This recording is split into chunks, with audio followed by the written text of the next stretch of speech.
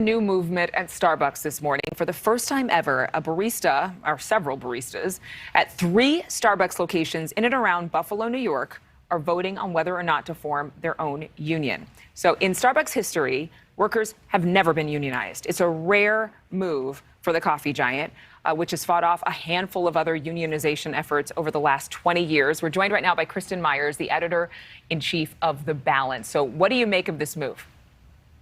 You know, Adrienne, I actually think that this move kind of makes a lot of sense. We've seen a lot of union activity recently. You know, the month of October was, famously called Striketober, as we are seeing union workers going on strike at companies like John Deere and McDonald's. And so I think that right now, given that we have this worker shortage, given that we have companies saying that they are struggling to find workers and are right now giving higher pay and more benefits, I think that some of these workers are saying, you know what, now is the time for us to unionize. We should really strike while the iron is hot and really try to negotiate with Starbucks. So I think that particularly where we are in time right now, this move does make a lot of sense. So Starbucks is appealing the vote, clearly not a fan of unionizing their baristas, but what happens next?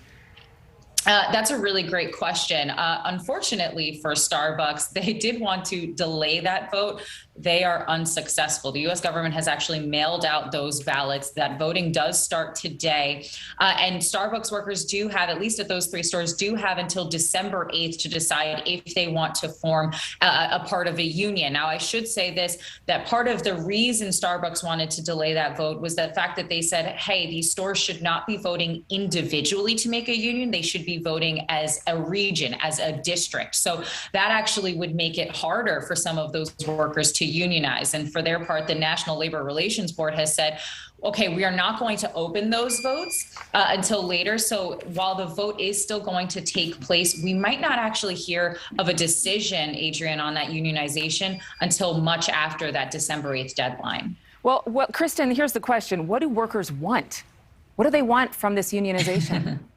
You know, that's a really great point, because I think so many people, when they hear about Starbucks workers, are thinking, wait a minute, they already have really great benefits. And, to an extent, Starbucks workers do have pretty good benefits. They get perks like stock options. They have the ability to have Starbucks actually pay for their tuition for them to get the bachelor's. And so I think that that's some benefits and some perks. I don't think we hear too many workers receiving, at least service workers receiving right now. But for what they're saying, Starbucks workers, first of all, have said repeatedly that they want to decide on a store-by-store basis what their specific demands are going to be. But in general and at large, they are saying that they are dealing with issues of massive understaffing in a lot of their stores. And so they want Starbucks to address that. They, of course, do want to have Starbucks address at least some of their pay, particularly throughout the pandemic. And they also want some of those workers that attempted to unionize and were actually fired, were discharged from their jobs, they want them to be rehired. Simple question for you. We have no more time left, but will this flood over to the other locations? Will this become a worldwide thing if these 3 stores get their way? Yeah, so you know what, in addition to these 3 stores, 3 more have actually already raised their hands and said, hey, we also want to vote. And I think, Adrienne, once we do have that vote tally come in, if those stores do decide to unionize, we might actually have some stores all around the country that are looking and saying, hey, you know what, they were able to go and unionize. I think it's time for us to do the same. All right, Kristin, thank you so much for being with us as always.